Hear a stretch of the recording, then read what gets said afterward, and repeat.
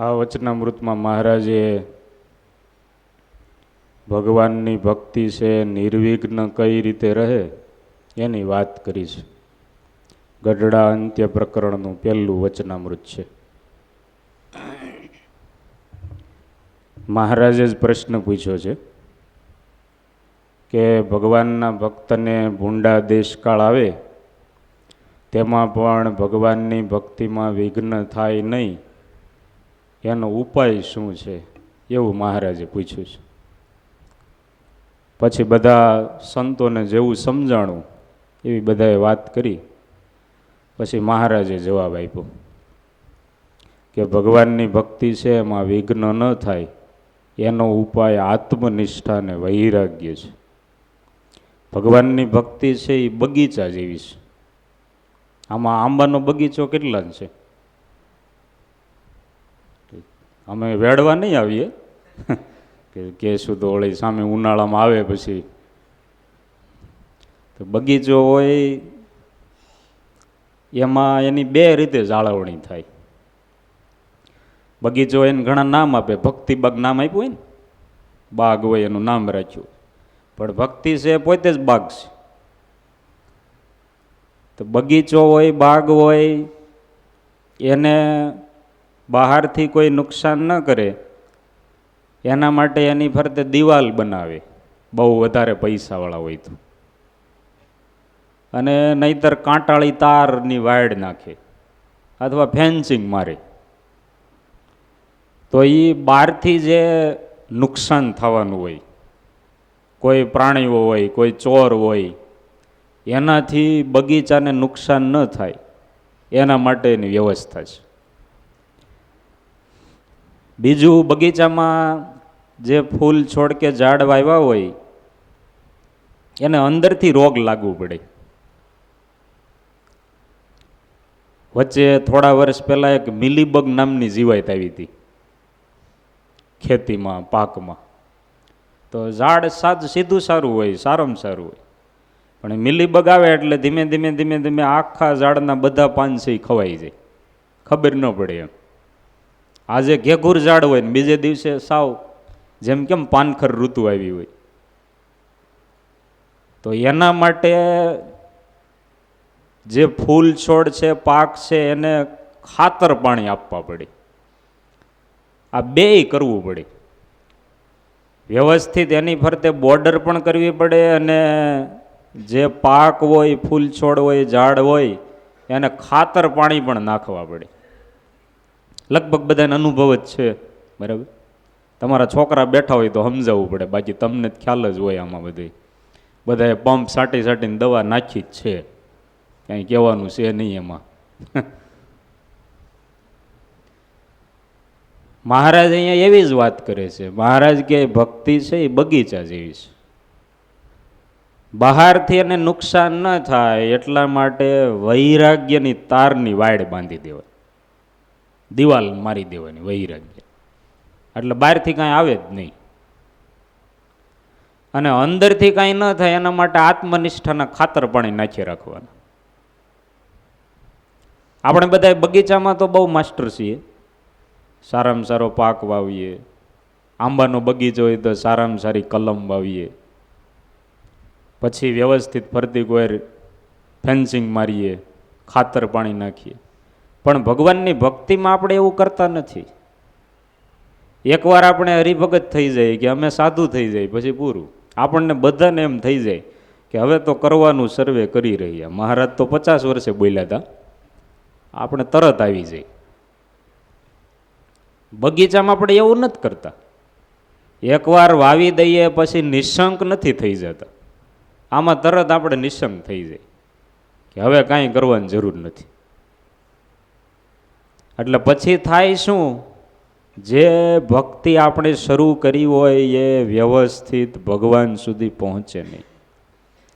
હવે વાડીમાં સરસ મજાના સફરજનના ઝાડ વાવ્યા હોય, કાજુ બદામના ઝાડ વાવ્યા હોય, અને કાંઈ ખાતર પાણી નાખે નહીં, ને કોઈ એવા કંઈ પ્રાણી આવે, કોઈ ચોર આવે તો ધ્યાન રાખે નહીં, તો પછી કાંઈ એ ઝાડ કાંઈ ઉઝરવાના નથી, કાંઈ મોટા થવાના નથી. એટલે ભગવાનની ભક્તિ માટે મહારાજ એવું કહે છે કે આત્મનિષ્ઠા અને વૈરાગ્ય બેય જોઈએ. વૈરાગ્ય છે એ બહારથી રક્ષણ આપે અને આત્મનિષ્ઠા છે એ અંદરથી રક્ષણ આપે. બેયની જરૂર પડે. અને બે ન હોય તો ભક્તિ છે એ પૂર્ણપણે ફળીભૂત ન થાય. ભગવાનની ભક્તિ ચાલ્યા કરે પણ એમાં વિઘ્ન બહુ આવે. મહારાજ કે આત્મનિષ્ઠા ન હોય તો ભક્તની વૃત્તિ છે એ ચૂંથાઈ જાય. અને વૈરાગ્ય ન હોય, જેવું ભગવાનમાં હેત હોય એવું ને એવું બીજે થઈ જાય. આપણા સંપ્રદાયમાં ગોવિંદાનંદ સ્વામી હતા, એ સાધુ થવા માટે નીકળ્યા ત્યારે એમને રાજાની દાસી મળી. 10,000 રૂપિયા કોથળીમાં હતા. ગોવિંદાનંદ સ્વામી રૂપાળા છે એટલે એમ થયું કે હવે આની સાથે લગ્ન કરી લઈએ. એટલે કીધું કે જો મારી પાસે ઘરેણાં કપડાં બધું છે, 10,000 રૂપિયા છે, કરિયાવર ત્યાર છે, તમે મારી સાથે લગ્ન કરી લ્યો. અત્યારે તો આવું થાય કરી લે, કારણ કે શોર્ટેજ રહી ને. પણ ત્યારે તો બહુ એવું હતું નહીં. એક એક રાજા 10 ને 100 રાણી રાખતા. દાસીઓની તો વાત જ ક્યાં કરવી એમાં. ગોવિંદાનંદ સ્વામીને થયું કે ઓહો, આ તો આપણે ભગવાનના માર્ગે જાય છે તો શાસ્ત્રોમાં એવું કીધું છે કે સિદ્ધિઓ આડી આવે તો હકીકત સિદ્ધિ આવી એમ, એટલા બધા રૂપિયા સાથે. પણ આપણે કંઈ આમાં લેવા આવું નથી. સ્વામી કે હું છે ને દિશાએ જતો હોઉં. દિશાએ જવાનું બાનું કાઢી અને સ્વામી નીકળી ગયા. પછી સ્વામી સાધુ થયા, દીક્ષા આપી, ગોવિંદાનંદ સ્વામી નામ પાડ્યું. સાધુ થયા પછી ગંગામાના દાળ ભાત વિના ન હાલે, બોલો. 10,000 રૂપિયા, પેલી રાજાની દાસી, આ બધું જવા દીધું. પછી કે દાળ ભાત તો જોઈ જ ગંગામાના. તમે વિચારો તો એક બાજુ દાળ ભાત તો બહુ લિમિટેડ વસ્તુ કહેવાય, અને એમાંય ગંગામાના જ દાળ ભાત. આ બાજુ તો કેટલું મોટું મળતું હતું, પણ એ છૂટી ગયું ને અહીંયા રહેવાનું નહીં. મહારાજ કે હવે તમારે અમારી સાથે આવવું પડશે. આવું ખરા, પણ ત્યાં ગંગામાના દાળ ભાત તો મળે નહીં.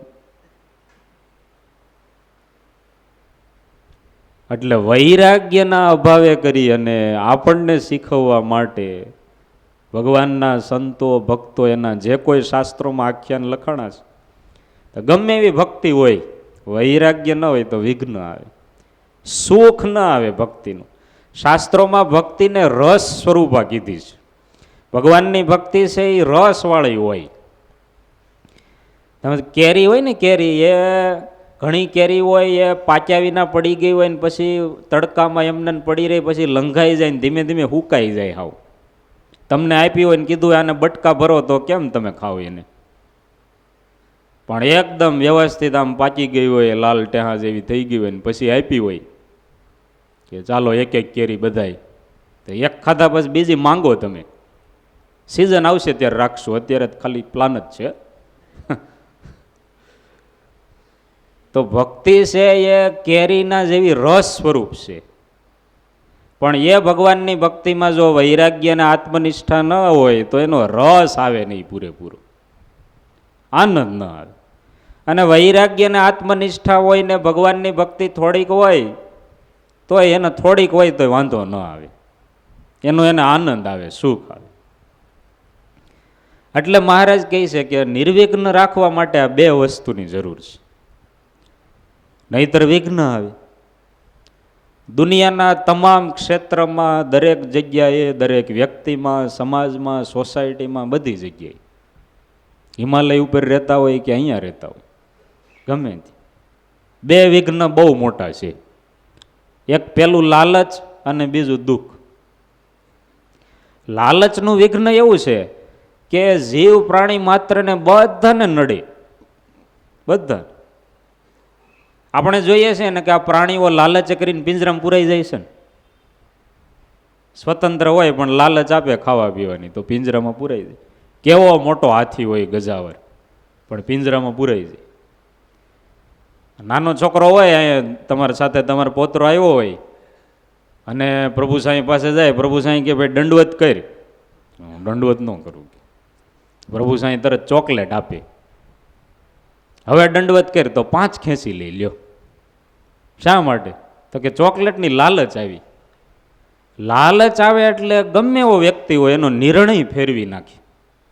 ભગવાનની ભક્તિમાં એવું છે, લાલચ આવે એટલે ભગવાનની ભક્તિ છે એ ટ્રાન્સફર થઈ જાય. જેટલું ભગવાનમાં હેત હોય એટલું જ અન્ય જગ્યાએ થઈ જાય. એટલે લાલચ બહુ મોટું વિઘ્ન છે કોઈ પણ ક્ષેત્રમાં, ગમે ત્યાં તમે જાઓ. લાલચ શબ્દમાંથી લાંચ શબ્દ આવ્યો. લાંચ આપે છે, ભ્રષ્ટાચાર, લાંચ એ લાલચમાંથી આવ્યું. લાંચ આપે એટલે ગમે એવું કામ હોય થઈ જાય, તરત કામ થાય. લ્યો, મહાત્મા ગાંધી વખતે એક ક્રાંતિકારી હતા ને, એ યુવાની ઉંમર અને આંદોલનમાં પકડાઈ ગયા. બહુ બધા નારા લગાવતા છે એટલે પકડી લીધા અંગ્રેજોએ. પછી એને જેલમાં લઈ ગયા અને પછી એને છોડાવવા માટે ગાંધીજીએ જુબાની આપી કે ભાઈ આ ભાઈ નિર્દોષ છે, તમે આને છોડી દો. એટલે જજ હતા એને એમ થયું કે ગાંધીજી પોતે જુબાની આપતા હોય અને એમ કહેતા હોય કે આ નિર્દોષ છે એટલે આ માણસ નિર્દોષ જ હોય, આને છોડી દો. છોડી દીધા. પછી આવતા હતા ત્યાં રસ્તામાં ભાઈએ પૂછ્યું ગાંધીજી, અત્યારે તો તમે અમને જેલમાંથી છોડાવ્યા, તમે નહીં હો ત્યારે અમને કોણ છોડાવશે? ગાંધીજીએ સરસ કીધું, મારો ફોટો છાપેલી નોટ છોડાવશે. વાંધો નહીં આવે તમારે, એમ કામ થઈ જશે. એટલે લાલચથી કામ થાય, એમ લાંચથી કામ થાય. જેટલું મોટું ખાતું હોય એ વધારે ખાતું હોય, બરાબર? ભારતમાં એક એક ખાતું એવું નથી કે જે ખાતું ન હોય. તો લાંચ દેવામાં આવે તો વ્યક્તિનો નિર્ણય આખે આખો બદલી જાય. બહુ મોટું વિઘ્ન છે. ભગવાનની ભક્તિમાં આ વિઘ્ન છે, બહુ કામ કરે લાલચ. હરિલીલામૃતમાં વિહારીલાલજી મહારાજે એક નાનું આખ્યાન લખ્યું છે. એમાં નારદજી હતા, એ એકવાર ફરતા ફરતા ભગવાનના ધામમાં ગયા. નારદજી તો ગમે ત્યાં જાય, હમણાં ચૂંટણી આવશે તો મોદી સાહેબ પાસે જશે. કામ જ એમનું હરવા ફરવાનું. અને કાંઈક નવું કાઢે. ભગવાનને કીધું કે આ તમારા ધામમાં તો એટલી બધી જગ્યા ખાલી પડી છે, તો તમે કેમ ભરતી કરતા નથી? આ પૃથ્વી પર તો અત્યારે 1 ચોરસ ફૂટના લાખો રૂપિયા ભાવ છે, એટલે અહીંયા એટલી બધી જગ્યા ખાલી પડી છે તો બધાને બોલાવો ને અહીંયા. ભગવાન કે આપણી ક્યાં નાચ છે, બોલાવતા હો, જાઓ જેને આવવું હોય. નારદજી આવ્યા પૃથ્વી ઉપર, સૌથી પહેલું ભૂંડ સામે મળ્યું. રસ્તા ઉપર તો એ જ હોય. એટલે નારદજીને એમ થયું કે આને અહીંયા ગટરમાં રહેવું એના કરતાં આને વાત કરીએ ભગવાનના ધામમાં આવવું હોય તો. નારદજીએ વ્યવસ્થિત વાત કરી કે ભગવાનના ધામમાં ખાલી જગ્યાએ છે, તમારે આવવું હોય તો વ્યવસ્થા કરી દઉં. ભૂંડ કે હું આવું ખરા, પણ ત્યાં કાદવ હશે, કાદવ હોય તો જ મને ત્યાં મેળ આવે, બાકી મજા નહીં આવે.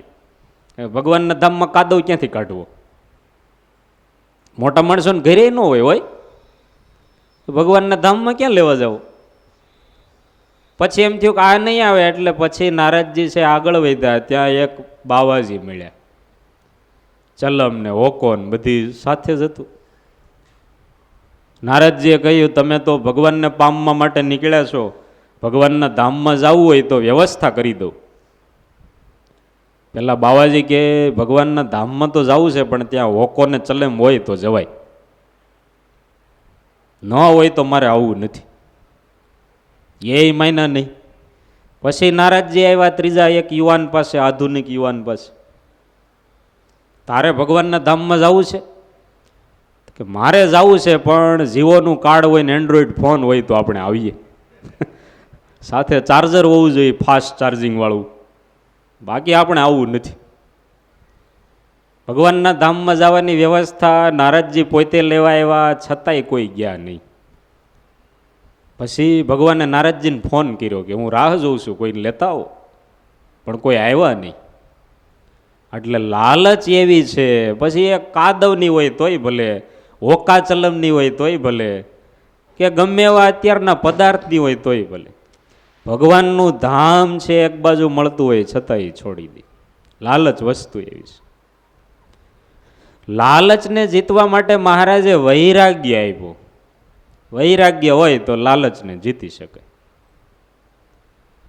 આપણા સંપ્રદાયમાં કેટલા એવા ભગવાનના ભક્તો થઈ ગયા, એના જીવનમાં કેવી મોટી લાલચ આવી કે તમે સ્વામિનારાયણ સંપ્રદાય છોડી દો તો તમને એટલા રૂપિયા આપીએ.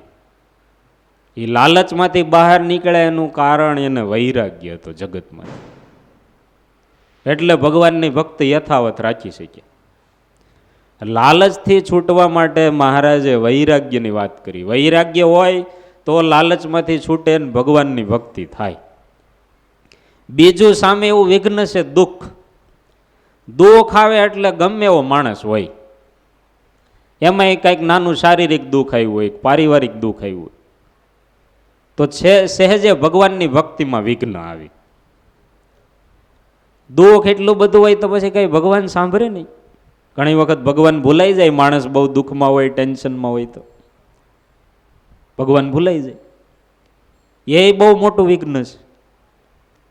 આપણા સંપ્રદાયના અખંડાનંદ સ્વામી હતા, ચાલ્યા જતા હતા અને 4 વાઘ સામે મળ્યા.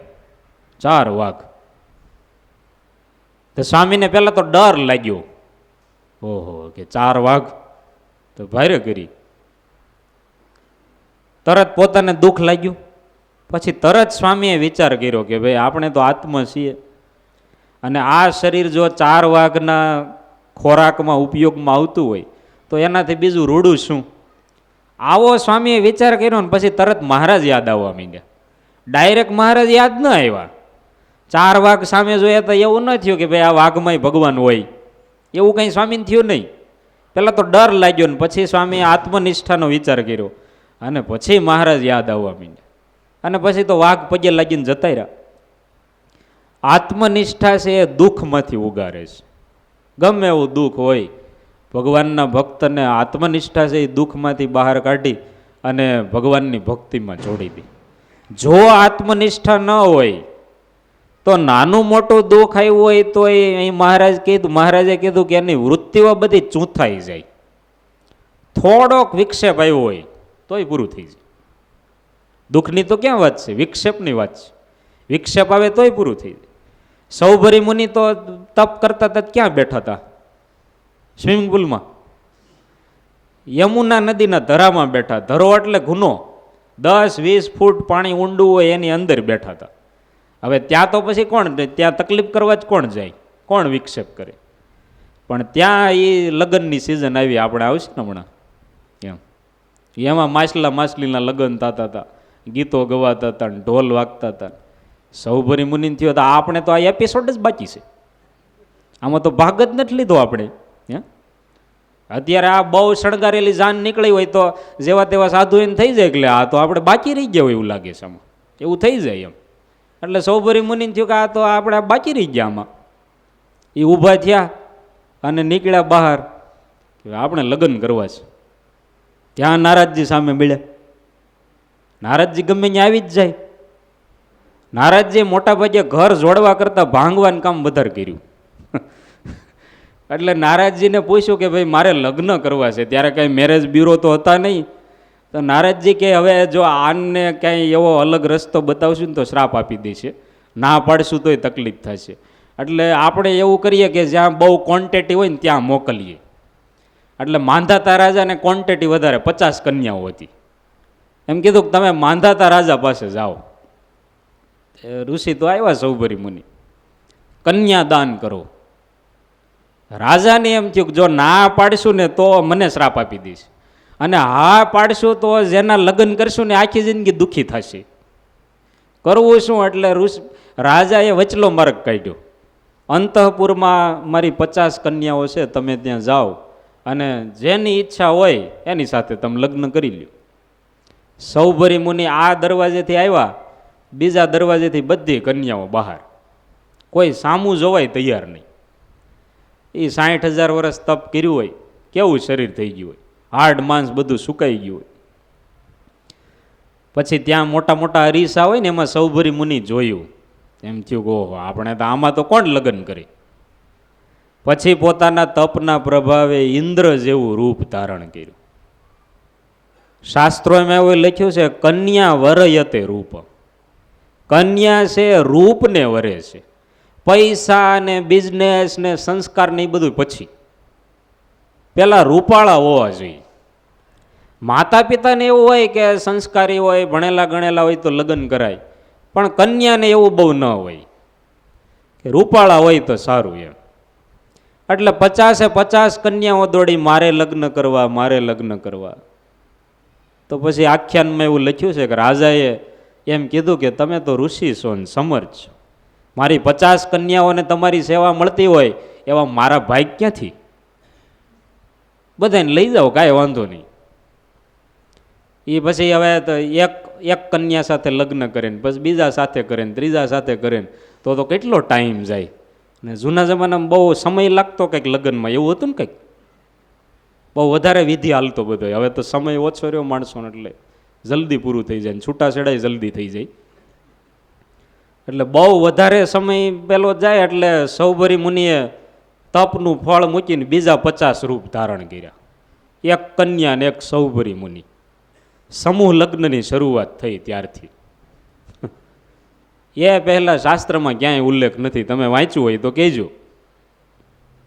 લગ્ન કર્યા ને પછી વળી એના રહેવા માટેની વ્યવસ્થા કરીને વર્ષો વીતી ગયા. આમાં એક વિક્ષેપે કરી અને આખે આખું ભગવાનનું ભજન તપ બધું જતું રહ્યું. 60,000 વર્ષ એટલે કઈ જેવી તેવી વસ્તુ તો કહેવાય નહીં, પણ બધું જતું રહ્યું. માત્ર એક વિક્ષેપ, એ માછલીને જોયા અને પૂરું થઈ ગયું. આત્મનિષ્ઠા ને વૈરાગ્ય ન હોય તો ભગવાનની ભક્તિ ગમે એટલી અદ્ભુત હોય નાશ પામી જાય, ધીમે ધીમે નાશ પામી જાય, સાવ સુકાઈ જાય. એટલે મહારાજ કહે છે આત્મનિષ્ઠા અને વૈરાગ્ય બે હોય તો કામ થાય. એટલે લાલચથી બચવા માટે મહારાજે વૈરાગ્યની વાત કરી અને દુઃખથી બચવા માટે આત્મનિષ્ઠાની વાત કરી. મહારાજા જવાબ એવો આપ્યો છે કે આ બે જોઈએ જ, આમાં ચાલે જ નહીં. અલ્ટિમેટ આન્સર છે, આનાથી આગળ પછી બીજો જવાબ હોય જ નહીં. મોટાભાગે શાસ્ત્રોમાં પહેલાં સિદ્ધાંત મૂકે, પછી એના ઉપર પ્રતિપાદન કરે, પછી એના ઉપર પૂર્વ પક્ષ આવે, પછી ઉત્તર પક્ષ આવે, પછી નિર્ણય આવે. મહારાજે સીધી જ વાત કરી દીધી, આત્મનિષ્ઠા અને વૈરાગ્ય બે હોય તો ભગવાનની ભક્તિ નિર્વિઘ્ન રહે, બાકી ગમે એવી ભક્તિ હોય તો નિર્વિઘ્ન રહે નહીં. લાસ્ટ આન્સર, આનાથી આગળ પછી જવાબ જ ન હોય. આ બંને જોઈએ. મહારાજ કે આ બે ન હોય તો નારાયણદાસ જેવા સમાધિનિષ્ઠ હોય, ભગવાનની ભક્તિ કરતાં કરતાં સમાધિ દર્શન પામી ગયા હોય, તો આ બે ન હોય તો સમાધિને મૂકીને પછી ચાળા ચૂથવા માંડે. સમાધિ હોય ત્યાં સુધી વાંધો ન આવે, પછી ભગવાનની ભક્તિ ભૂલાઈ જાય. એટલે બંને જોઈએ. જો ન હોય તો ભગવાનની ભક્તિ છે નિર્વિઘ્ન ન રહી. લગ્ન થતા હોય એમાં કન્યા અને વરરાજો બે જોઈએ ને, કે બેમાંથી એક ચાલે, બે ન હોય તોય ચાલે. બેન્ડ વાજાવાળા બધાય હોય ને સગા સંબંધી બધાય હોય, આખું ગામ ધુવાડા બંધ ભેગું કર્યું હોય, પણ કન્યા ને વરરાજો હોય જ નહીં તો લગ્ન કોના કરવા? એમ આત્મનિષ્ઠા અને વૈરાગ્યની ગેરહાજરી ચાલે નહીં, બંને જોઈએ, બે જોઈએ જ. એટલે નો એબસન્ટ, ગેરહાજરી નહીં. પછી બીજું નો ઓપ્શન, ઓપ્શન ન ચાલે. આત્મનિષ્ઠા કે વૈરાગ્ય બેમાંથી એક, આવો ઓપ્શન નહીં, બે જોઈએ જ. એક ન હોય તોય તકલીફ થાય. આત્મનિષ્ઠા ન હોય તો આંતરિક જે કાંઈ મુશ્કેલી આવે એને લઈને ભગવાનની ભક્તિ છે એ ભૂલાઈ જાય. વૈરાગ્ય ન હોય તો બાહ્ય મુશ્કેલીને લઈને ભગવાનની ભક્તિ ભૂલાઈ જાય. બે જોઈએ. તમે સરસ મજાનો આંબાના ઝાડનો બગીચો કર્યો હોય અને એમાં તમને કહેવામાં આવે કે કાં તો તમારે ખાતર પાણી નાખવાનું અને કાં તો ફરતી કોર વ્યવસ્થિત સારામાં સારી તારની કાંટાળી વાડ કરવાની. બેમાંથી એક જ ખર્ચો કરવાનો છે, પૈસા બહુ છે નહીં, હમણાં મંદી છે, તો તમે શું કરો? બેમાંથી એક જ કરવો. ખાતર પાણી ન નાખો તોય કંઈ ઝાડ એવા ઉજરે નહીં, વ્યવસ્થિત કેરીનો પાક આવે નહીં. અને ફરતી કોઈ બોર્ડર ન કરો, કાંટાળા તારની વાડ ન કરો તો ગમે એવા સારી કેરી આવી હોય તો ટકવાની નથી, માણસો લઈ જવાના છે, ચોરી જવાના છે. ભારત દેશમાં કેવું ન પડે, લઈ જ જાય. અગાઉ જ વાત થઈ ગઈ હોય. જાપાનવાળા, ચીનવાળા ને ભારતવાળા ત્રણેયના પોલીસ સિસ્ટમવાળા બધા ભેગા થયા. પોલીસ મેનેજર હોય ને બધા, ઇન્સ્પેક્ટર ને ડીએસપી ને બધા. અહીંયા કોઈ નથી આવ્યા ને, આવ્યો હોય તો કંઈ બીતા નથી, આપણે ક્યાં ચોરી કરીશ, બરાબર? તો એ ત્રણેય ભેગા થયા. પછી એમાં જાપાનવાળાએ કીધું કે ભાઈ અમારે તો ચોરી થાય ને એટલે અમને તો 3 દિવસ અગાઉ ખબર પડી, 3 દિવસમાં ખબર પડી જાય ચોરી થાય એટલે. ચીનવાળા કે અમને તો 1 દિવસમાં ખબર પડી જાય ચોરી થાય એટલે 1 દિવસમાં ખબર પડી જાય. ભારતવાળા કાંઈ બોલ્યા નહીં. તમે કેમ કંઈ બોલતા નથી, તમારે કંઈ ટેકનોલોજી નથી? તો કે અમને તો 2 દિવસ અગાઉ વાત થઈ ગઈ હોય કે આવું થવાનું છે, અમારે પછી જોવાનું હોય, ખાલી અગાઉ જ વાત થઈ ગઈ હોય. એટલે કદાચ ગમે એવો સારો પાક આવ્યો હોય પણ ફરતી કોઈ કાંઈ બોર્ડર ન કરી હોય, સુરક્ષા સિક્યુરિટી ન આપી હોય તો એ પાક છે એ ઘરે પહોંચે નહીં. કાજુ બદામ વાવ્યા હોય, ગમે એ વાવ્યું હોય, બંને જોઈએ. પાકને ખાતર પાણી આપવા પડે અને ફરતી કોઈ વ્યવસ્થિત સારામાં સારી બોર્ડરી કરવી પડે, બે કરવું પડે તો કામ થાય. એમ ભગવાનની ભક્તિ છે એ બગીચા જેવી છે. એને અંદર ખાતર પાણી આપવા માટે આત્મનિષ્ઠા જોઈએ અને બહારથી કોઈ નુકસાન ન થાય એના માટે વૈરાગ્ય જોઈએ. એટલે વૈરાગ્ય છે એ બોર્ડર અને આત્મનિષ્ઠા છે એ ખાતર પાણી. નો ઓપ્શન, બે જોઈએ જ. મહારાજે આણંદજી સંઘેડિયાને પૂછ્યું કે કાં તો અમારો ત્યાગ કરો અને કાં તો તમારા ઘરવાળાને ત્યાગ કરો. હવે એ વિચાર કરવા માંડ્યા કે આ તો કોણ મને કરોડપતિમાં એવું પૂછાય નહીં. અને આમાં ઓપ્શન એ શું રાખવા એમ, આ પ્રશ્નમાં બે મોટા મોટા ઓપ્શન છે. આણંદજી સંઘેડિયા કે મહારાજ જો તમારો ત્યાગ કરું તો કલ્યાણ કોણ કરે અને ઘરવાળાનો ત્યાગ કરું તો પછી રોટલા કોણ ખવડાવે? બે જોઈએ, સમજાય છે? બે જોઈએ, એમ બે હોય તો સારું પડે. એમ આત્મનિષ્ઠા અને વૈરાગ્યમાં ઓપ્શન ચાલે નહીં, બેમાંથી એક, એવું નહીં, બે જોઈએ. મહારાજ કે બે હોય તો ભગવાનની ભક્તિ નિર્વિઘ્ન, બેમાંથી એક એવું ચાલે નહીં. ત્યાર પછી ત્રીજું છે નો એક્સચેન્જ, અદલા બદલી ન ચાલે. અત્યારે એક્સચેન્જ ઓફર તો બહુ આવતી હોય છે કે જૂનો મોબાઈલ દઈ જાઓ અને નવો લઈ જાઓ, સાથે પૈસા માંગે થોડાક, જૂના કપડાં દઈ જાઓ નવા લઈ જાઓ, એક્સચેન્જ ઓફર હોય. માણસોમાં એક્સચેન્જ આવી ગઈ છે ને હવે. ઘણા છોકરા ન ગમતા હોય બદલાઈ આવે, એટલે આવી જાય છે ધીમે ધીમે. એક્સચેન્જ ઓફર છે વસ્તુ પદાર્થમાં ચાલે, અધ્યાત્મના મૂલ્યોમાં ચાલે નહીં. આત્મનિષ્ઠાની જગ્યાએ વૈરાગ્ય અને વૈરાગ્યની જગ્યાએ આત્મનિષ્ઠા, આવી એક્સચેન્જ ઓફર અહીંયા ન ચાલે. મહારાજ ના પાડે છે, અદલા બદલી ન ચાલે. આત્મનિષ્ઠાનું કામ છે એ વૈરાગ્ય કરી ન દે, વૈરાગ્યનું કામ આત્મનિષ્ઠા ન કરી દે, એકબીજાનું કામ ન કરી દે. એટલે અદલા બદલી ન ચાલે, બે કેળવવા પડે, ભલે વધતા ઓછા પ્રમાણમાં હોય પણ બે રાખવા પડે, અદલા બદલી ચાલે નહીં. મુલ્લા નસરુદ્દીન હતા એ દક્ષિણ ભારતના બિરબલ કહેવાય, બહુ બુદ્ધિશાળી પંડિત હતા. એકવાર પોતે શાકભાજી ખરીદવા ગયા, જવું જોઈએ, ખ્યાલ આવે શું ભાવ છે. અને એમાં જઈને ઊભા રહ્યા ને કીધું કે ભાઈ 1 કિલો ટમેટા આપો. તો પેલા બકાલી હતો ને એને ટમેટા જોખી અને કોથળીમાં નાખીને પેક કરીને આપ્યા. હવે ટમેટા નથી જોતા કે ટમેટાને બદલામાં તમે બટેટા આપો. એટલે પહેલાં એ કોથળી જબલું ખાલી કર્યું અને એની જગ્યાએ વળી 1 કિલો બટેટા જોખ્યા અને એ ભરીને પેક કરીને આપ્યા. મુલ્લા નસરુદ્દીન કે હવે એક કામ કરો ને, હવે હમણાં 4 મહિના રીંગણા ખાધા નથી, તો એમ કરો આ છે ને બટેટાના બદલામાં આપણે 1 કિલો રીંગણા જ આપી ગયો. હવે પેલો બકાલી કે મારે ધંધો કરવાનો છો, આજ નથી કરી રાખો. તો કે નહીં, હવે હવે હવે અદલા બદલી નહીં થાય, હવે આપણે ફાઇનલ બટેટાના બદલામાં બસ હવે 1 કિલો રીંગણા ફાઇનલ. એટલે જોખીને જબલામાં ભરીને આપ્યા. મુલ્લા નસરુદ્દીન છે એ રીંગણા લઈને ચાલવા જ માંડ્યા. હો, કેટલા રૂપિયા આપવાના કાંઈ પૂછ્યું જ નહીં કાંઈ. પેલા બકાલી કે તમે માણસો કે કેવા છો કે આના પૈસા તો આપો. તો કે રીંગણા તો મેં ટમેટાને બદલા બટેટાને બદલામાં લીધા છે, તો બટેટાના પૈસા આપો. એ તો મેં ટમેટાને બદલામાં લીધા છે, તો ટમેટાના પૈસા આપો. મુલ્લા નસરુદ્દીન કહે ટમેટા મેં લીધા જ નથી તો પૈસા કહેવાની વાત કેવી, જતા રહે. હકીકત હજી આવ્યા નથી પાછા. લ્યો, પેલા બકાલીએ દુકાન બદલી નાખી કે આઈના દુકાન રાખશું દરરોજ આવું થાય છે. રીંગણા બટેટામાં અદલા બદલી ચાલે, માણસ પોતાની બુદ્ધિએ કરીને આવું કરે તો ચાલે. ધંધામાં બુદ્ધિનો જ ઉપયોગ હોય છે.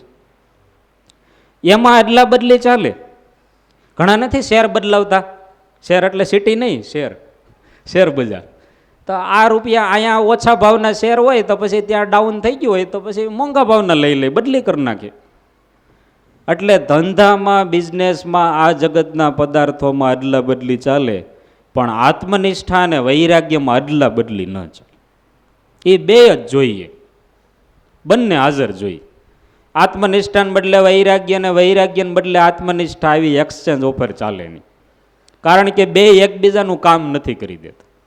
બે સાથે હોય તો એકબીજાને સપોર્ટ કરે. આત્મનિષ્ઠાએ કરીને ભગવાનની ભક્તિ છે એ પુષ્ટ થઈ હોય તો વૈરાગ્ય છે એને બહારથી ધ્યાન રાખે. બે સાથે હોય તો પુષ્ટ કરે, કામ સારું થાય. પણ અદલા બદલી ન ચાલે, બંને જોઈએ પોતપોતાની જગ્યાએ. એટલે નો એક્સચેન્જ ઓફર.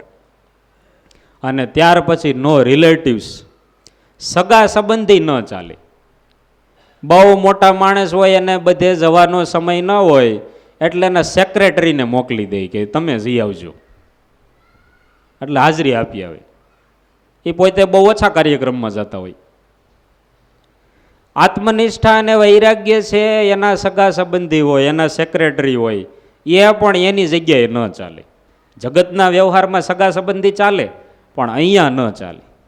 આત્મનિષ્ઠા અને વૈરાગ્યના સગા સંબંધી તપ, ત્યાગ છે.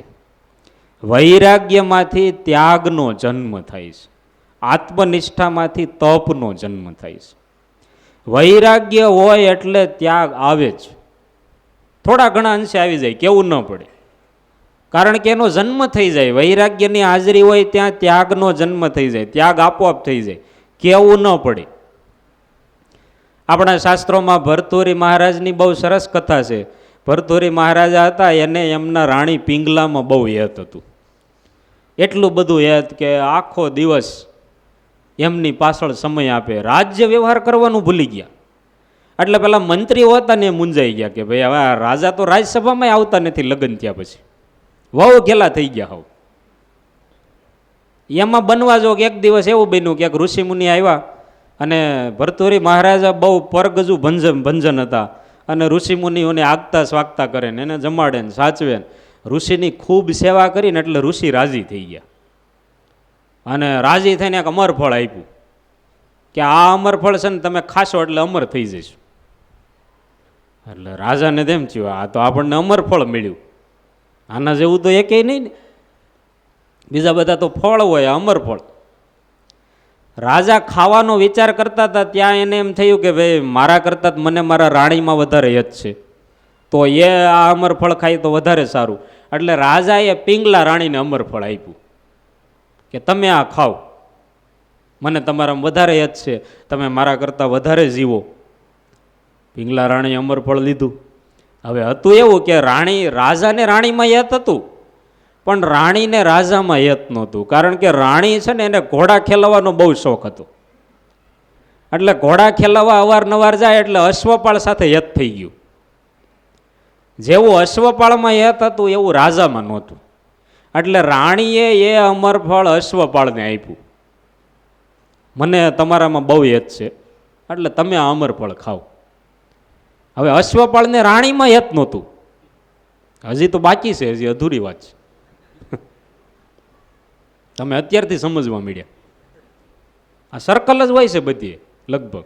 સાચું એ તો કોને હોય અત્યારે? તો રાણી છે એને અશ્વપાળમાં યત હતું, એમ અશ્વપાળને રાણીમાં યત નહોતું. અશ્વપાળ એવું માનતો હતો બહુ મોટા માણસો સાથે છે ને દોસ્તી સારી નહીં, દુશ્મની સારી નહીં.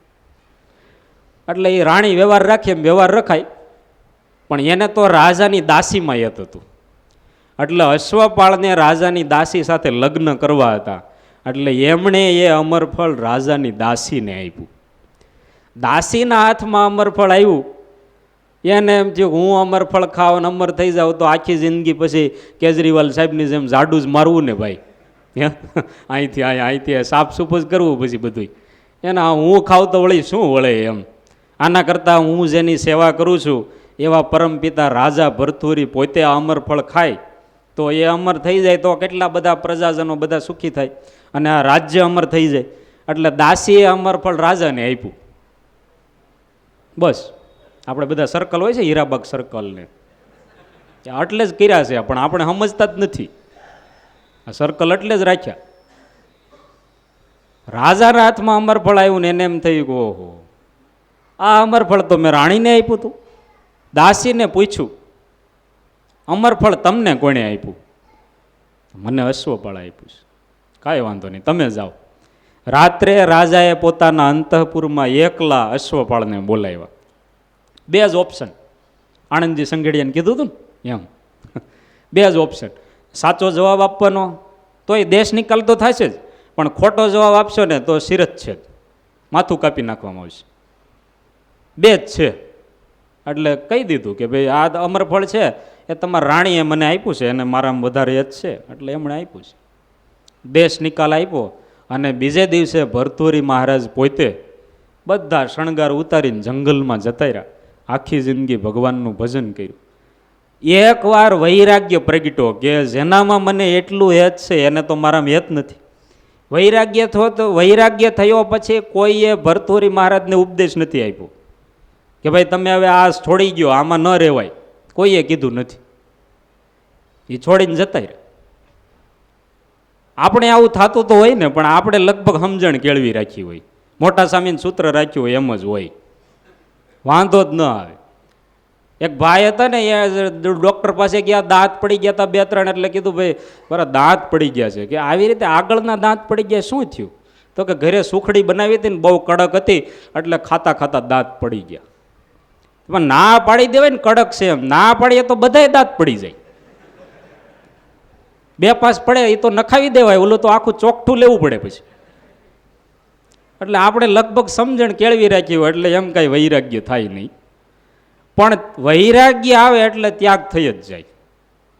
વૈરાગ્ય આવ્યા પછી ત્યાગ છે એ થોડા ઘણા અંશે આવી જ જાય. પણ ત્યાગ હોય તો વૈરાગ્ય આવી જ જાય એવું નથી. મહારાજે વચનામૃતમાં 2 રાજાને બહુ યાદ કર્યા, આમ રોલ મોડલ તરીકે રાખ્યા. મહારાજે કીધું છે, પોતાના ચરિત્રમાં કીધું, મહારાજ કે અમે વન વિચરણ કરતા હતા ત્યારે ભરતજી અને જનક રાજાનું આખ્યાન અવારનવાર સંભાળતા હતા. ભરતજી છે ને ત્યાગ હતો, આખું પૃથ્વીનું રાજ્ય છોડીને જંગલમાં જતા રહ્યા, ત્યાગ હતો. પણ એક મૃગલામાં હેતે કરીને વૈરાગ્ય ન રાખી શક્યા તો 3 જન્મ લેવા પડ્યા.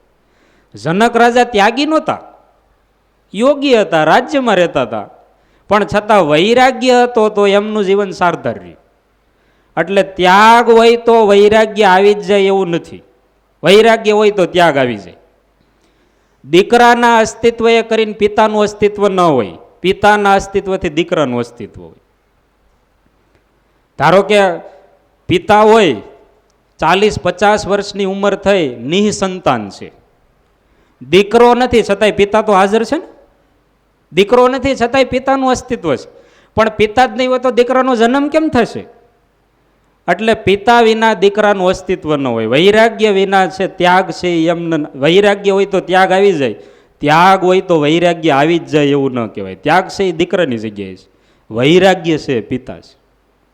એવી જ રીતે આત્મનિષ્ઠા છે એ પિતા છે, તપ છે એના દીકરા છે. ભલે શરૂઆત દીકરાથી થાય. બહુ મોટા માણસ કોઈને મળતા ન હોય તો એના પીએ હોય એને મળવું પડે, એવું હોય છે ને. કાંઈ ડાયરેક્ટ કાંઈ ઓફિસમાં ઘૂસી ન જવાય, એના પીએને પહેલાં મળવું પડે, એના સેક્રેટરીને મળવું પડે. એમ આપણા અધ્યાત્મ જીવનમાં શરૂઆત તપ ત્યાગથી થાય. આપણને મહારાજે સત્સંગી જીવનમાં જે કાંઈ આજ્ઞાઓ કરી છે એ બધી તપ ત્યાગની કરી છે, વૈરાગ્ય આત્મનિષ્ઠાની આજ્ઞા નથી. મહારાજે કંઈ એવું નથી કીધું કે એટલો વૈરાગ્ય કેળવી લેવો, એટલી આત્મનિષ્ઠા કેળવી લેવી. તપ ત્યાગની બધી આજ્ઞાઓ છે. એટલે શરૂઆત તપ ત્યાગથી થાય.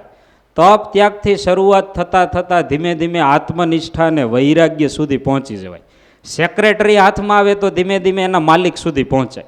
એમ તપ ત્યાગ આવ્યા હોય તો ધીમે ધીમે વૈરાગ્ય અને આત્મનિષ્ઠા આવી જાય. પણ એની જગ્યાએ ન ચાલે, એની ભેગા ચાલે. કોઈ બહુ મોટા માણસ હોય એની જગ્યાએ એના છોકરાની સાઈન કરી નાખે, એવું ન ચાલે. પહેલાં એની સાઈન કરે ને પછી એના છોકરાની સાઈન કરે તો હાલે, ભેગા ભેગ ચાલી જાય. એમ વૈરાગ્ય અને આત્મનિષ્ઠાની જગ્યાએ તપ ત્યાગ ન ચાલે. એકલા તપ ત્યાગ હોય તો ભગવાનની ભક્તિ નિર્વિઘ્ન જ રહે એવી ગેરંટી નહીં. તો માછલા હોય ને તો તપ ત્યાગ જ હોય છે ને. આપણે તો વર્ષમાં 1 મહિનો માગ સ્નાન કરીએ, માછલા આખી જિંદગી માગ સ્નાન કરે છે, ઓછો ત્યાગ છે? ઝાડવા છે એ કેટલું તપ કરે, આખી જિંદગી ઊભું રહેવાનું. આપણે એવું કર્યું હોય કે ભાઈ આવતી સભામાં આપણે ઊભા ઊભા કથા રાખવી છે, શ્રોતાને ઊભું રહેવાનું ને વક્તાને ઊભું રહેવાનું, તો લગભગ બધાને તકલીફ થાય, શ્રોતાને ને વક્તાને બધાય. તો વૃક્ષો તો આખી જિંદગી ઊભા રહે છે, કેટલું તપ કરે છે. પર્વતો છે એ આખી જિંદગી જળની જેમ તપ કરે છે. પણ એ તપ ત્યાગ એકલા છે, એમાં વૈરાગ્ય અને આત્મનિષ્ઠા ભેગા નથી, એટલે ભગવાનમાં હેત થાય નહીં, એનું કાંઈ ફળય નહીં એવા તપ ત્યાગ. એટલે એકલા તપ ત્યાગ હોય વૈરાગ્ય અને આત્મનિષ્ઠાની જગ્યાએ તો એ કામ ન કરે, એની સાથે હોય તો કામ કરે. એટલે વૈરાગ્ય અને આત્મનિષ્ઠા છે એના સગા સંબંધી પણ ન ચાલે, નો રિલેટિવ્સ, એના સગા સંબંધી પણ નહીં, એ બંને જ જોઈએ. અને એ બંને હોય અને ભગવાનની ભક્તિ હોય તો એ થોડી ઘણી હોય તો એ મહારાજ કે નિર્વિઘ્ન છે. પછી બહુ વૈરાગ્ય અને આત્મનિષ્ઠાનું પ્રતિપાદન થાય તો પછી એવું પણ ન સમજવું કે ભક્તિ ગૌણ થઈ જાય. મહારાજે આખું વચનામૃત લખ્યું છે, આત્મનિષ્ઠા અને વૈરાગ્ય કરીને ભક્તિ ગૌણ ન થયાનું આખું વચનામૃત છે. એને એવું થાય તો પછી ભક્તિ ગૌણ થઈ જાય. આત્મનિષ્ઠા વૈરાગ્ય આ બધાય ઘરેણા છે, ભક્તિ છે કપડાં છે.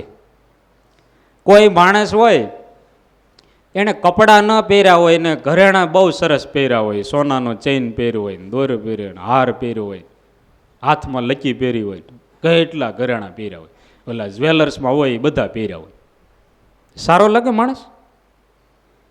કપડાં પૂરેપૂરા પહેર્યા હોય ને એક જ સોનાનો ચેઇન પહેર્યો હોય કેવો સરસ લાગે, આમ ઝબકે. એમ આત્મનિષ્ઠા અને વૈરાગ્ય હોય અને ભગવાનની ભક્તિ છે એ કપડાની જગ્યાએ છે, આત્મનિષ્ઠા અને વૈરાગ્ય ઘરેણાની જગ્યાએ છે. ઘરેણા ઓછા હોય તોય ચાલે, પણ કપડાં છે તો આજીવિકા છે, ભગવાનની ભક્તિ છે આજીવિકા છે. આપણે બધા અધ્યાત્મ માર્ગમાં ભગવાનની ભક્તિ કેળવવા આવ્યા છે. આત્મનિષ્ઠા વૈરાગ્ય આ સાધન તો ઘણા જન્મમાં ઘણાએ કર્યા, પણ આ જન્મમાં આપણે ભગવાનની ભક્તિ કરવા આવ્યા છે. આત્મનિષ્ઠા અને વૈરાગ્યને લઈને જો ભગવાનની ભક્તિ ગૌણ થઈ જાય તો એ પછી કપડા વિનાના ઘરેણા જેવું કહેવાય. એટલે મહારાજે આ વચનામૃતમાં ભગવાનની ભક્તિને નિર્વિઘ્ન રાખવા માટેનો ઉપાય બતાવ્યો. આત્મનિષ્ઠા અને વૈરાગ્ય બે હોય તો ભગવાનની ભક્તિ છે, ભક્તિ બાગ છે, સંપૂર્ણ રીતે નિર્વિઘ્ન રહે અને એના સારા સારા મીઠા મીઠા ફળ આવે છે. મહારાજના ચરણોમાં પ્રાર્થના કરીએ આપણે ભગવાનની ભક્તિ છે નિર્વિઘ્નપણે કરી શકીએ. અત્યારે પૂજ્ય શ્વેત વૈકુંઠદાસજી સ્વામીને પ્રાર્થના કરીએ, આપણને રૂડા આશીર્વાદ આપશે. વૈરાગ અને આત્મનિષ્ઠા વચનામૃત છે એ ફક્ત સાધુ માટે છે, બરોબર ને? વૈરાગ અને આત્મનિષ્ઠા ફક્ત સંતોએ કેળવવાની છે, તમારે બહુ કંઈ જરૂર નથી લાગતી. તમારે કંઈ સાધુ થવું નથી. મોટી ઉંમરે સાધુ થવું હોય તો વાત જુદી, એવું જ કાંઈ તમારે છે ને કંઈ વૈરાગની કાંઈ જરૂર નથી. આ સવારે જ વાત કરી હતી, કૃષ્ણ સેવાદાસ સ્વામી છે, લગ્ન થઈ ગયા હતા, સાધુ થઈ ગયા, અમદાવાદમાં દીક્ષા લીધી અને વળી પાછા પત્નીએ રાજકોટમાં કેસ કર્યો એટલે અમદાવાદમાં હતા અયોધ્યા પ્રસાદજી મહારાજ મહાનુભાવન સ્વામીએ કીધું કે સ્વામી કોર્ટમાં તમારે જવું પડશે, સમન્સ આવ્યા છે, એટલે આ રીતે જાઓ તો સારું ન લાગે. દીક્ષા ઉતારી દીધી. દીક્ષા ઉતારીને વળી પાછા ઘરે ગયા, થોડુંક સમાધાન કર્યું પત્ની સાથે, બધા સાથે, અને પછી વૈરાગ તો હતો જ, પત્નીને એવો ઉપદેશ આપ્યો, કોર્ટમાં ગયા ખરા, કાગળિયા બધા પાછા ખેંચી લીધા, પછી પત્નીને એવો ઉપદેશ આપ્યો ને કે એને પણ વૈરાગ લગાડી દીધો. અને પછી કીધું કે આ તો યોગી પુરુષ છે, એને રજા આપી જુનાગઢ આવ્યા અને ફરી વખત દીક્ષા લીધી. એટલે ગ્રસ્ત હોય ને સાધુ થવું હોય એને માટે પણ આત્મનિષ્ઠાને વૈરાગ્ય તો દરેકને જોઈએ ને જોઈએ જ. ડાયાબિટીસ થઈ હોય, સરસ મજાના ગુલાબજાંબુ હોય, કાજુ કતરી હોય, બરફી હોય, પેંડા હોય, અને વૈરાગ ન હોય તો વૈરાગ ન હોય તો શું થાય? રાખવો જ પડે ને, રાખવો જ પડે ને, વૈરાગ તો રાખવો જ પડે. આત્મનિષ્ઠા, શિયાળો હોય, કડકડતી ઠંડી વાતી હોય, અને આ તો મરી ગયા એમ કરો તો એ કાંઈ મરાતું પણ નથી. ઠંડી સહન કર્યા વગર છૂટકો નથી. હમણાં કારતક સુદ ત્રીજના દિવસે નીલકંઠામાં હતા, રાતના 11:15 સ્વામી સાથે અમે 2-3 સંતો પાર્કિંગમાં ગયા. પાર્કિંગમાં ત્યારે એટલા બધા વાહનો હતા ને, તે દિવસે એટલો ટ્રાફિક હતો ને, તો રાતના 9-10 વાગ્યા પછી તો બધા આવતા હતા, બહાર હલવાઈ ગયેલા. પછી હવે જાય ક્યાં? આવ્યા છીએ તો દર્શન કર્યા વગર જવું કેમ? ઠંડીનું થોડુંક ચમકલું હતું, સારું હતું. ઉતારા કોઈ જગ્યાએ હતા નહીં, બધા ઉતારા નાના મોટા સમૂહ જે બધા હોય ને બધું જ પેક હતા, મોટા હોલ બધા પેક હતા. પછી લોકો શું કરે? એ એમની પાર્કિંગમાં જ થોડી ઘણી શેતરંજી હોય એ પાથરી દે, પછી ગાડી હોય 4 વ્હીલ ગાડી એની બાજુમાં, પાર્કિંગમાં બ્લોક હતા એટલે વાંધો નહોતો. પછી ગાડીની અંદર જે ગાદી હોય, સીટ ઉપર જે શેતરંજી હોય ને પટ્ટા, એ ઓઢી લે. આત્મનિષ્ઠા વગર તો હાલે નહીં કંઈ, એમાં સહન તો કરવું પડે. એટલે ગ્રસ્ત હોય કે સાધુ, કોઈ પણ બાબતમાં જેને ભગવાન ભજવા છે એને માટે તો ખૂબ સારી વાત, પણ સંસારી જીવને પણ થોડા ઘણા વત્તા અંશે આત્મનિષ્ઠા અને વૈરાગ તો જોઈએ. જો સુખી રહેવું હોય તો, સુખી રહેવું હોય તો આત્મનિષ્ઠા અને વૈરાગ તો જોઈએ જ. એટલે ભગવાન પાસે માગીએ છીએ કે મહારાજ, તમે જો ભગવાન પાસે તમે બધા માગો ને, ક્યારે એવું માગ્યું કે મહારાજ આ સંસારના બધા વિટમણામાંથી હું એકદમ નિવૃત્ત થઈ જાઉં, આ બધી ઉપાધિ ટળી જાય, એવું કોઈ ન માગે. મહારાજ આપણે શું માગીએ? મહારાજ તમારામાં અખંડ વૃત્તિ રહે, અંતઃસત્વ થકી રક્ષા કરજો, આપણે એવું માગીએ ને. આવું કોઈ માગે? એક વખત વેરાભાઈ ઉપલેટાના એ સત્સંગી બન્યા. પહેલાં તો બહુ ભયંકર હતા. પોતાના છરાની અણી કાઢી હોય ને તલવારની, એ બરોબર છે કે નહીં જોવા માટે 4-5 માણસોને મારી નાખતા. આવા ભયંકર હતા, કોઈ આમ સામું બોલી શકતા નહીં. પણ એ જ વેરાભાઈને સત્સંગ થયા પછી થોડાક વર્ષો પછી મહારાજ પાસે કંઈક આવતા જ વારંવાર આવે, મહારાજ પાસે બેઠેલા, મહારાજ પાસે માગ્યું.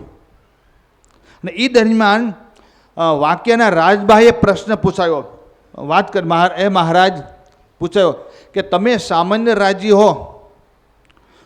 રાજી હો તો સુખ સંપત્તિ અનુકૂળતા કે બધું એ આપો, પણ અંતરથી રાજી હો ને તો શું આપો?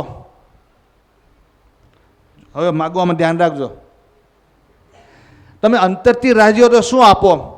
ત્યારે મહારાજ હસ્યા અને કીધું કે હું અંતરથી જેની ઉપર રાજી થાવ તો એને પહેલાં એની પત્નીમાં આસક્તિ હોય ને એ ટાળવા માટે એના પત્નીને મારી નાખો. અંતરનો રાજીપો જોતો હોય તો ની વાત છે. મહારાજે બોલ્યા છે, આપણા ગ્રંથોમાં લખેલું છે કે મહારાજ કે હું અંતરથી રાજી હોઉં તો એના પત્નીને પહેલાં મારી નાખું, દીકરામાં હેત હોય તો દીકરાને અમે ધામમાં લઈ જઈએ, અને સંપત્તિ હોય ને એ પણ રફે કરી નાખીએ, આવો કરી દઈએ. મહારાજ તને હસતા હસતા વાત કરી. અને પછી વેરાભાઈ થોડાક રોકાણે જતા હશે તે દિવસે મહારાજને તો મહારાજ સંસારની બધી ઉપાધિથી નિવૃત્ત થઈને તમારું ભજન કરું અને તમારામાં અખંડ વૃત્તિ તો રહે, પણ આ બધી ઉપાધિમાં શાંત થઈ જાઓ અને તમારી સેવામાં રહું ને એવી કૃપા કરજો. એટલે મહારાજ હસ્યા. એટલે તાજો પ્રશ્ન હતો. એટલે મહારાજ કે અંતરથી રાજીપો? મહારાજ અંતરથી રાજીપો. મહારાજ ભાઈ કે ભલે. મહારાજ હસ્યા, ગયા ખરા. અને આપણા સંપ્રદાયનો ઇતિહાસ કહે છે કે વેરાભાઈ ઉપલેટાના ને 22 જણાનું કુટુંબ હતું, મોટું કુટુંબ. એમાંથી એક જ વર્ષમાં ધીમે કરતાં 21 જણા મૃત્યુ પામ્યા. લોકો બધા કહેવા લાગ્યા કે તમને આ સત્સંગ સદો નહીં. એ વેરાભાઈની સમજણ બહુ મોટી હતી. વેરાભાઈની સમજણ બહુ વખણાય.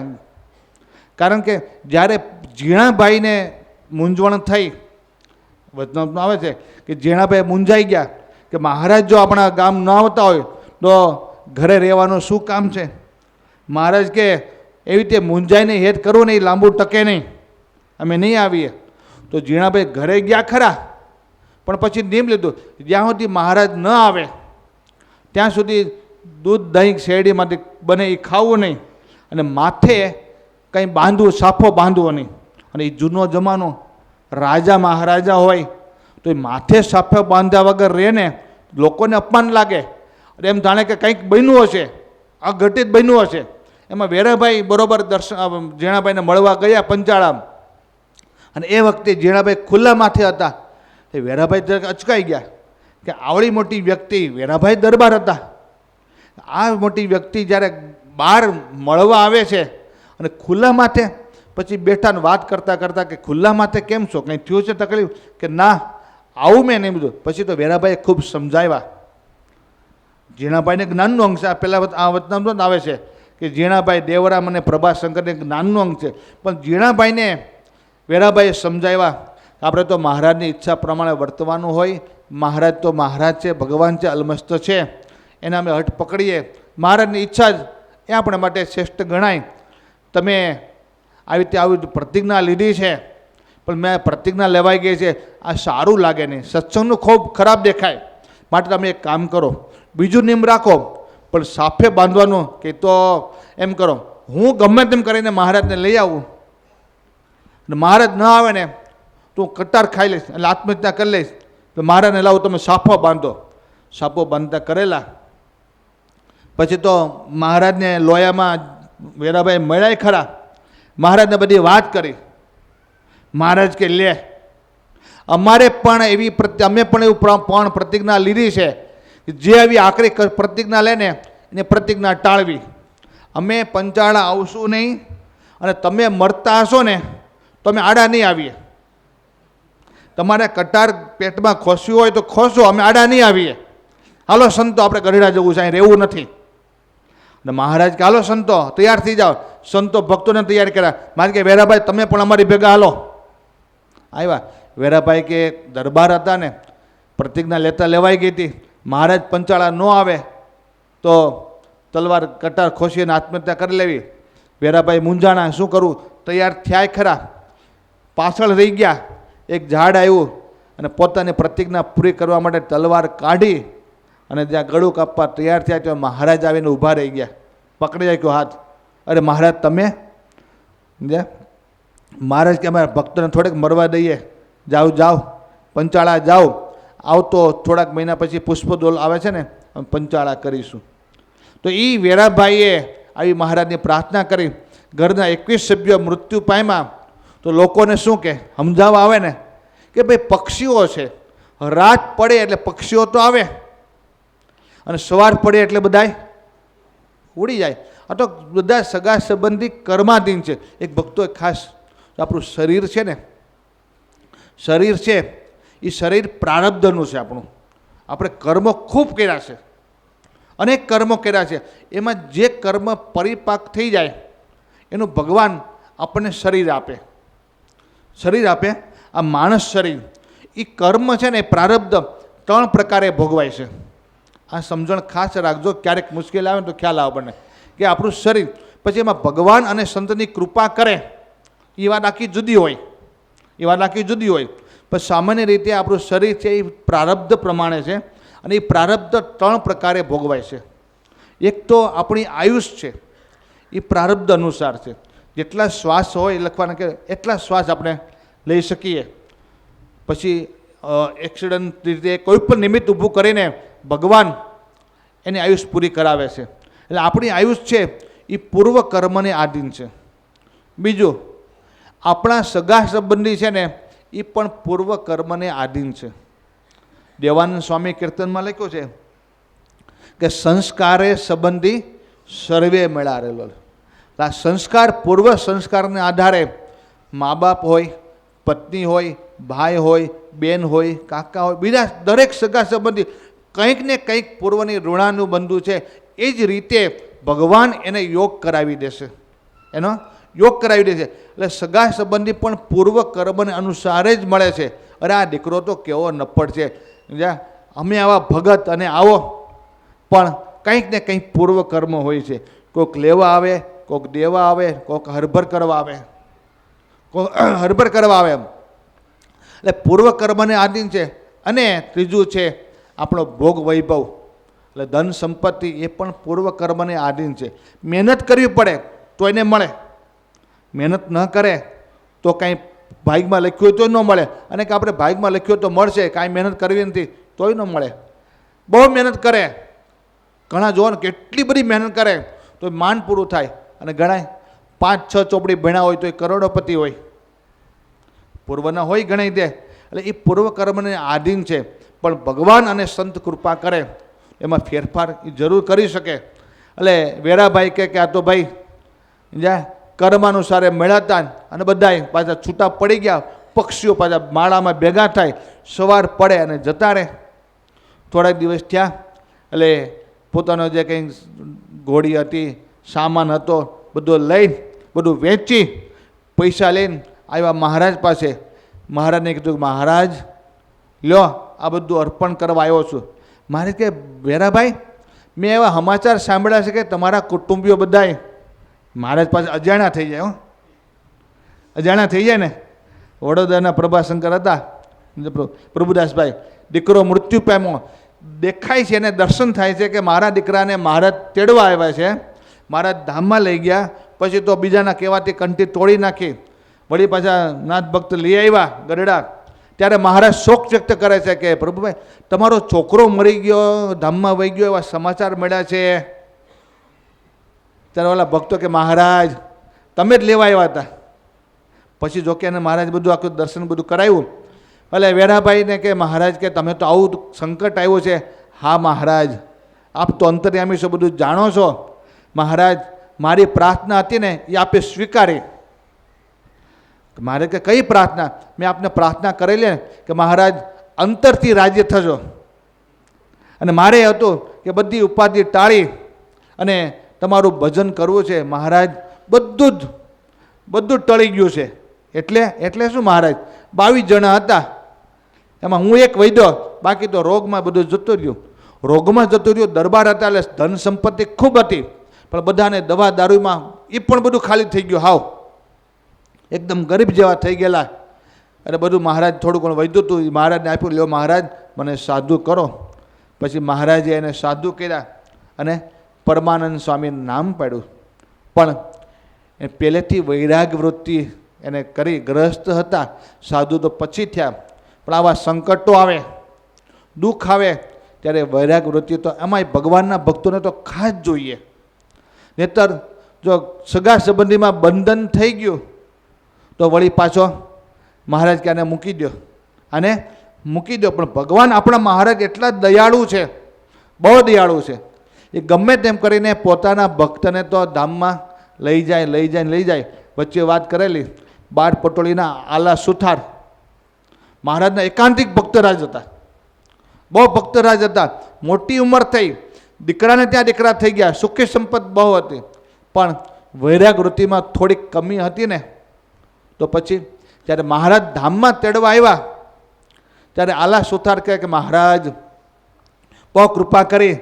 મહારાજ કે ધામમાં તેડવાય? મહારાજ બહુ સારું, તમારા ધામમાં તો ઈચ્છા હોય, પણ મહારાજ મને તો હમણાં નખમાંય રોગ નથી. અને મહારાજ આ ભૈરું બહાદુરું ઘર છે, છોકરા બધા ખૂબ સારી સેવા કરે છે, દૂધ દહીં માખણની રેલમછેલ છે. મહારાજ થોડોક સમય રાખો ને. વૈરાગ નહોતો ને. મહારાજ કે ભલે ભગત, જેવી તમારી ઈચ્છા. મહારાજ મીંડા હસવા, જતા રહ્યા. પણ સ્વામીની વાતોમાં લખે છે ને કે ભૂત પણ તેને વળગે તે છોડતું નથી. વળી થોડાક દિવસ ત્યાં વળી મહારાજ આવ્યા, તો એ વખતે મહારાજ પાસે ડેલી ખખડાવી. એને કોઈ આવરણ નડતું નથી, ડેલી ખખડાવી. મહારાજ કે ખોલો ભગત ખોલો. અવાજ ઓળખી ગયા. એટલે ભગતે એની પત્નીને કીધું કે મહારાજ મને ધામમાં તેડવા આવ્યા છે, પણ મારે ધામમાં જવું નથી. તો જા મહારાજને કહી આવો કે ભગત ઘરે નથી. કોને કહે છે? અંતર્યામી ભગવાનને. હો. અને કીધું ખરું પત્નીએ પાછું. એટલે મહારાજ હસ્યા. પછી જાણ્યું કે મહારાજ જાણ્યું કે આવો મારો ભગત છે, મારો દઢ આશરો. નતર એ બધા બાબરિયા વાડમાં 12 પટોળી બધા આયરો બધા ભુવાને એમાં બહુ માનતા હોય, મેલી વિદ્યામાં બધાય આખો ચારે બાજુ એનો જ પ્રસંગ હોય, છતાંય કોઈથી લોભાણા નહીં, કોઈનામાં લલચાણા નહીં, કોઈથી ડર્યા નહીં. એટલે મહારાજ કે મારો જ દઢ આશરો રાખ્યો છે. આયરોનો ખૂબ સંગ, પણ કોઈ દિવસ કોઈનામાં આવી રીતે લોભાણા નથી, ડર્યા નથી. મારો દઢ આશરો રાખ્યો છે, મારે એનું કલ્યાણ તો કરવું જ પડશે. પછી મહારાજ કે આમ નહીં આવે. પછી મહારાજે રોગ નાખ્યો, એવો રોગ આપ્યો એટલે ત્રાહિમામ પોકારી ગયા, ભયંકર પીડા. વળી મહારાજ આવ્યા. મહારાજ કે ભગત કેમ બરોબર છે ને, સારું છે ને, શરીરે સારું, છોકરા બધાય ખૂબ સારું. અરે મહારાજ તમારા ધામમાં લઈ જાઓ. કેમ સેવા નથી કરતા? મહારાજ સેવા કરતા થાકી ગયા છે બધા. એ થાકી જાય ને, સમય જાય એટલે થાકી ગયા છે, આ રોગ બહુ પીડા કરે છે, મહારાજ કૃપા કરો. મારે કે સારું લ્યો, હાલો અમારા ધામમાં. મહારાજ તો દયાળુ બહુ છે, પોતાના ભક્તોને ગમે તે રીતે ચોખ્ખા કરીને પોતાના ધામમાં લઈ જાય છે. એનો દઢ આશરો આપણને છે.